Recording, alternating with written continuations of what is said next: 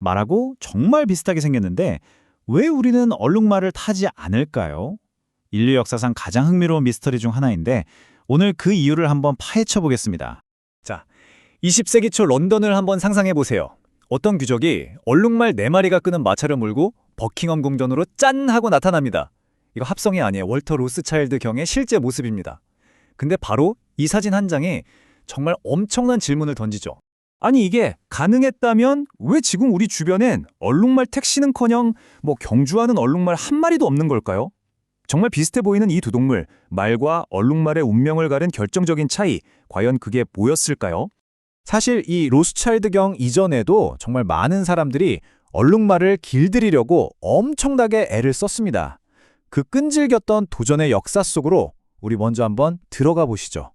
특히 당시 아프리카에 진출했던 유럽 사람들한테 얼룩말은 그야말로 게임 체인저가 될 뻔했어요. 왜냐하면 말보다 훨씬 튼튼하고 또 아프리카의 그 치명적인 질병에도 강했거든요. 이걸 운송수단으로만 쓸 수 있다면 와, 이건 진짜 엄청난 이득이었죠.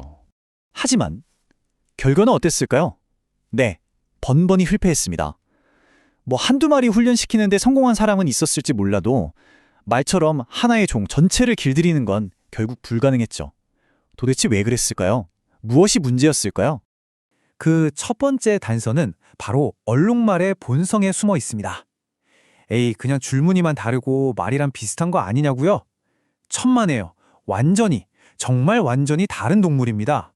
모든 건 이들이 살아온 진화 환경의 차이에서부터 시작됩니다. 말의 조상들이 살던 유라시아는 비교적 평화로운 곳이었어요. 근데 얼룩말의 고향 아프리카는요? 사자, 하이에나, 악어 같은 맹수들이 그냥 득실되는 곳이었죠. 수백만 년 동안 이런 환경에서 살아남으려다 보니 얼룩말은 극도로 예민하고 또 공격적인 성격을 갖도록 진화할 수밖에 없었던 겁니다. 이거 정말 믿기 힘드실 텐데 동물원에서 호랑이보다 사육사를 더 많이 다치게 하는 동물이 누군지 아세요? 바로 얼룩말입니다.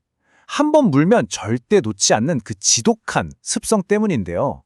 이건 그냥 좀 야생성이 있다, 이 정도 수준이 아니라 아예 길들일 수 없는 공격성이라는 거죠. 얼룩말의 방어 기술을 보면 정말 기가 막힐 정도예요. 사자의 턱도 그냥 박살낼 수 있는 강력한 뒷발차기는 물론이고요. 사람이 던지는 올가미를 본능적으로 휙휙 피하는 능력까지 갖췄죠. 이건 뭐랄까, 마치 인간의 통제를 거부하도록 완벽하게 설계된 생명체 같아요. 자, 이런 기질적인 문제만 있는 게 아닙니다. 과학자들은 동물을 길들이기 위한 일종의 체크리스트가 있다고 말하는데요. 과연 얼룩말은 이 시험을 통과할 수 있을까요? 한번 같이 보시죠. 이걸 안나 카레니나 법칙이라고 불러요. 소설 첫 문장이 행복한 가정은 모두 엇비슷하지만 불행한 가정은 저마다의 이유로 불행하다잖아요.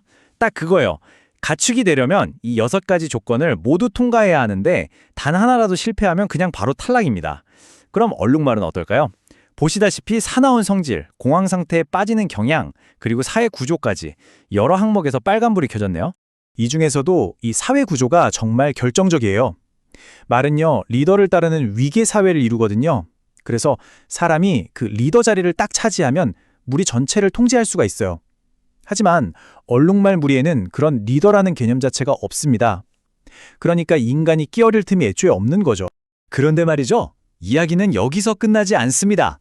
지금까지 얘기한 얼룩말의 기질이나 사회 구조는 문제의 일부일 뿐이었어요. 최근 연구에서 훨씬 더 결정적이고 눈에 보이지 않는 생물학적 이유가 밝혀졌습니다. 자, 드디어 이 미스터리의 가장 깊숙한 곳으로 들어갈 시간입니다. 얼룩말의 성격이나 사회 구조보다 더 근본적인 문제, 그들의 몸 안에 숨겨진 생물학적인 결정타는 과연 무엇일까요? 그 정체는 바로 포획근병증이라는 질환입니다. 이름은 좀 어렵죠? 근데 내용은 간단해요. 포획될 때 받는 그 극심한 스트레스 때문에 말 그대로 자기 근육이 녹아내려서 죽음에 이르게 되는 정말 끔찍한 병입니다. 이 병은 얼룩말의 몸에 정말 치명적인 영향을 미칩니다. 심장 근육, 골격근이 다 손상되고 마비까지 올 수 있어요. 이게 무슨 뜻이냐면요, 우리가 동물을 길들이기 위해 하는 그 포획과 훈련이라는 행위 자체가 얼룩말에게는 생물학적인 사형 선고나 다름없다는 겁니다. 그리고 여기 결정적인 증거가 있습니다. 한 연구에서 수많은 동물들의 특성을 분석해 봤더니 가축화 실패와 의미 있는 연관성을 보인 건 딱 하나, 바로 이 포획근병증에 대한 민감도였습니다. 이 숫자가 모든 걸 말해주고 있는 거죠. 이게 바로 과학적인 최종 결론인 셈입니다. 아니 근데 대체 왜 얼룩말은 이렇게 스스로를 파괴하는 치명적인 특성을 갖게 된 걸까요? 이상하잖아요. 그 답은 이들의 진화 과정 속에 숨어 있습니다. 말과 얼룩말은 완전히 다른 길을 걸어왔습니다. 말의 조상들이 살던 유라시아에서는 큰 포식자들이 점점 사라졌어요. 덕분에 성격이 좀 온순해질 여유가 있었죠. 하지만 아프리카는 정반대였습니다. 맹수들의 위협은 끊이지 않았고 살아남기 위해선 죽기 살기로 도망치는 능력이 절대적으로 필요했습니다.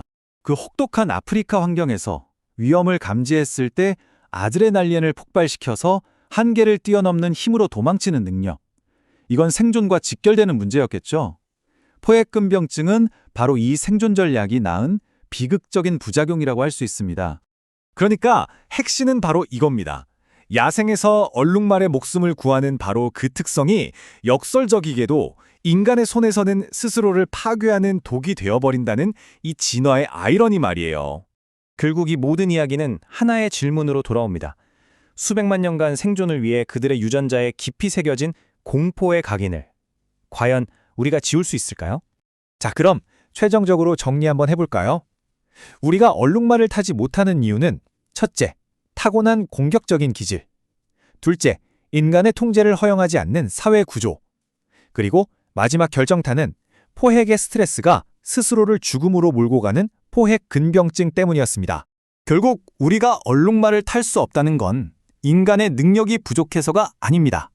그건 아프리카의 혹독한 자연 속에서 살아남기 위해 얼룩말이 선택해야만 했던 그 누구도 거스를 수 없는 진화의 힘을 증명하는 가장 강력한 사례일 뿐인 거죠.